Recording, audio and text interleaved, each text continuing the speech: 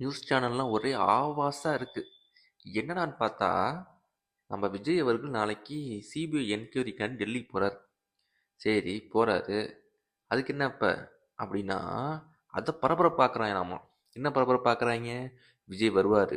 கூட்ட நெரிசல் அதிகமாயிடும். விஜய் பார்க்கறதுக்கு அவ்வளோ தொண்டர்கள் வந்துருவாங்க. ஸோ, டெல்லி போலீஸ்ட்ட வந்து ஒரு பாதுகாப்பு ப்ரொடெக்ஷன் கேட்டிருக்காங்க. சரி, விஜய் டெல்லிக்கு போனா அந்த அளவு கூட்டம் வருமா? அப்படின்னா, ஒருவேளை வருமோ? சொல்ல முடியாது. இவங்களே கூட ஆள் செட்டப் பண்ணி, தொண்டர்கள் எல்லாம் டெல்லிக்கு வந்துருங்க, தளபதி வராரு அப்படின்னு சொல்லி கூட பண்ண வைப்பாங்க. என்ன வேணா நடக்கும். இங்கேருந்து விஜய் காலைல சேட்டர் ஃப்ளைட்லையோ இல்லை வந்து ஃப்ளைட்டில் போனா அப்படின்னா, முதல் நாள் நைட்டே தளபதியோட ரசிகர்கள் என்ன பண்ணுவாங்கன்னா, ட்ரெயினில் கிளம்பிடுவாங்க. கிளம்பி டெல்லிக்கு போய் தங்கியிருந்து தளபதி வர்றப்போ அவரை பார்க்க போகிறோன்னு போயிட்டு நெரிசலை உண்டாக்கி தளபதிக்கு மாசை உண்டாக்கணும் அப்படின்னு பண்ணாலும் பண்ணுவாங்க. இது ஒரு பக்கம் இருந்துச்சு அப்படின்னா, விஜய் அவர்கள் டெல்லியில் போய் யார் யார் சந்திக்க போகிறார், அந்த சந்திக்க போகும் நபர்கள் யார் யார் அப்படின்னு யூகிக்க ஆரம்பிச்சிட்டாங்க. டேய், விஜய் வந்து டெல்லிக்கு போகிறது சிபிஐ என்கொயரிக்காண்டி போக போகிறாப்புல, ஃப்ளைட்லேருந்து இறங்க போகிறாப்புல, ரூமில் போயிட்டு ஸ்டே பண்ண போகிறாப்புல. அந்த டைம் வரப்போ கரெக்டாக காரில் ஏறி சிபிஐ என்கொயரிக்கு போக போகிறாளுங்க.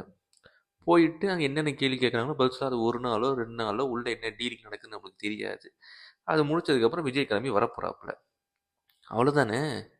இதுக்கு உட்காந்து போகிறதுக்கு முன்னாடியே வந்து ப்ரொடக்ஷனு, கூட்ட நெரிசல் வந்துடும், விஜய் அங்கே போய் யார் யாரை பார்க்க போகிறாரு, எந்தெந்த தலைவர்கள் வந்து விஜயை பார்க்க கூடும், எங்கே தங்க போகிறாருன்னு பரபரப்பை கிளப்பிட்டு இருக்காங்க. டேய், இது ஒரு என்ன சொல்கிறது, நார்மலான ஒரு நடக்கிற விஷயம். இதுக்கே நீங்கள் விஜய் இந்த பில்டப் கொடுத்துக்கிட்டு இருக்கானுங்க. அவன் நினச்சேன், டேய் இவன் பில்டப்லேயே தான் அந்த கட்சி அழிய போகுது, விஜய் அழிய போகிறாரு. நீ பில்டப்னா எல்லாம் சாதாரணமாக உடனே அவர் போட்டு போயிட்டு வந்துடுவார். நீ பில்டப் தரேன்னு அவரை வந்து வடிவேலை வந்து பண்ணுவாங்கல்ல, அது மாதிரி நாசமாக்கிட்டு இருக்காங்க.